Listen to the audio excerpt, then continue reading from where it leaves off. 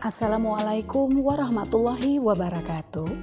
Perkenalkan, saya Henza Syahrida, calon guru penggerak Angkatan 10 dari SMA Negeri 2 Rengat, Kabupaten Indragiri Hulu, Provinsi Riau. Halo Sobat calon guru penggerak, saya akan memaparkan tentang kesimpulan dan refleksi modul 1.1 koneksi antar materi tentang filosofi pendidikan Ki Hajar Dewantara. Kesimpulan filosofi pendidikan Ki Hajar Dewantara yang pertama adalah pendidikan. Pendidikan adalah menuntun segala kekuatan kodrat yang ada pada anak-anak agar mencapai keselamatan dan kebahagiaan yang setinggi-tingginya, baik sebagai manusia maupun anggota masyarakat. Nah, tugas seorang pendidik di sini adalah sebagai fasilitator yang mengarahkan anak didiknya.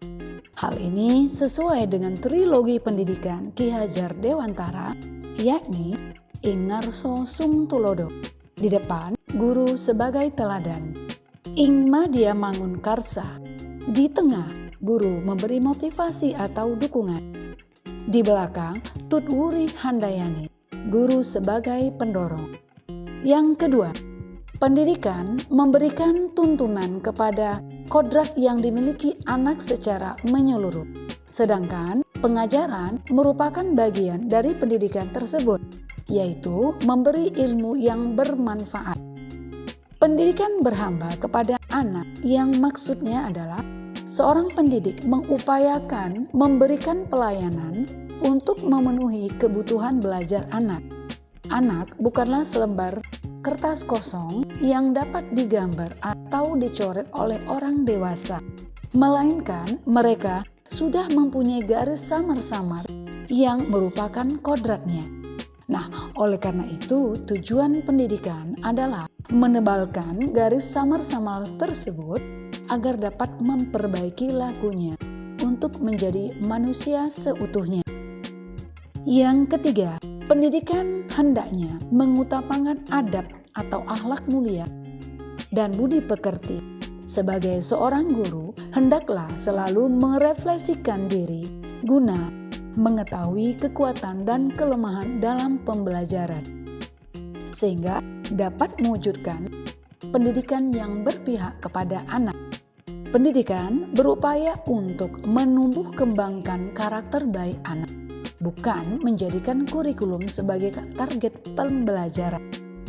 Pendidik harus dapat mengetahui potensi atau bakat anak didiknya, karena setiap anak terlahir dengan keunikannya masing-masing. Sebagai seorang pendidik yang berfungsi untuk mendorong, memfasilitasi, dan memotivasi bakat anak didiknya. Sebelum mempelajari modul 1.1, pembelajaran yang saya lakukan adalah yang pertama, pembelajaran model teacher center atau pembelajaran yang berorientasi pada guru. Nah, guru di sini sebagai pusat dan bahan pembelajaran. Anak didik merupakan objek dari pembelajaran, sehingga saya tidak memberikan atau kurang memberikan kesempatan pada anak didik saya untuk lebih berkembang. Yang kedua adalah metode pembelajaran ceramah dan tugas. Metode ini sering saya gunakan, sehingga pembelajaran di kelas cenderung monoton dan membosankan. Setelah saya menjelaskan materi dan kemudian anak didik akan mengerjakan tugas-tugas sesuai yang saya perintahkan. Yang ketiga adalah kurangnya memperhatikan karakter anak didik. Saya menganggap bahwa semua anak didik itu memiliki gaya belajar yang sama, sehingga saya tidak memperhatikan bahwa setiap anak itu adalah unik dengan segala potensi bakat yang mereka miliki sejak lahir sesuai dengan kodrat alamnya. Dan yang terakhir adalah saya menuntut anak didik untuk mampu menguasai pembelajaran yang saya targetkan sesuai dengan kurikulum melalui KKM yang sudah ditetapkan. Di sini saya menuntut mereka untuk dapat mencapai hasil belajar yang saya inginkan, yaitu hasil belajar yang memuaskan. Setelah mempelajari modul 1.1, ada banyak perubahan yang akan saya lakukan atau akan saya terapkan ke depan. Yang pertama adalah mengubah mindset saya lebih terbuka dengan menyadari bahwa banyak kesalahan yang saya lakukan dalam proses pembelajaran. Di sini saya akan mengubah dari menuntut anak didik dengan segala target yang saya tetapkan menjadi menuntun mereka untuk mencapai keselamatan dan kebahagiaan mereka sesuai dengan kodrat alam dan kodrat zamannya. Yang kedua adalah pembelajaran model student center.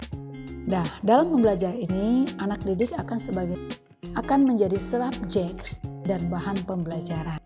Yang ketiga adalah saya akan berusaha merancang pembelajaran yang variatif, kreatif, dan inovatif. Nah, di sini saya secara kontinu akan meningkatkan profesionalitas dan kemampuan saya dengan menerapkan model pembelajaran yang bervariatif, kreatif, dan inovatif untuk menciptakan pembelajaran yang menyenangkan. Yang keempat adalah menyeimbangkan kodrat alam dan kodrat zaman. Nah, anak didik memiliki kodrat alamnya sejak lahir. Nah, saya sebagai pendidik akan berusaha untuk menerapkan pembelajaran yang sesuai dengan gaya belajar mereka, sehingga mereka akan mencapai kecakapan abad 21. Yang kelima adalah pembelajaran yang berdiferensiasi. Nah, kita ketahui setiap anak didik memiliki gaya belajarnya masing-masing, yaitu gaya belajar audio, visual, kinestetik maupun kombinasi dari gaya belajar tersebut. Nah, saya berusaha untuk dapat memenuhi setiap kebutuhan belajar anak didik saya dengan memperhatikan gaya belajarnya. Sobat calon guru penggerak, yang akan segera saya terapkan adalah yang pertama, menciptakan pembelajaran yang menyenangkan dengan cara mengajar anak didik sesuai dengan gaya belajar mereka. Kemudian menentukan metode atau strategi pembelajaran yang sesuai dengan setiap gaya pembelajaran anak didik tersebut.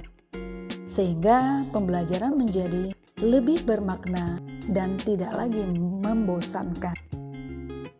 Kedua adalah menciptakan pembelajaran yang berpusat pada anak didik. Anak didik menjadi subjek dan sumber pembelajaran. Yang ketiga adalah mengubah mindset, tidak lagi menuntut anak didik, melainkan menuntun mereka untuk mencapai keselamatan dan kebahagiaan yang setinggi-tingginya. Yang terakhir adalah mengutamakan pendidikan yang menciptakan karakter baik atau akhlak mulia dan budi pekerti luhur bagi anak didik saya.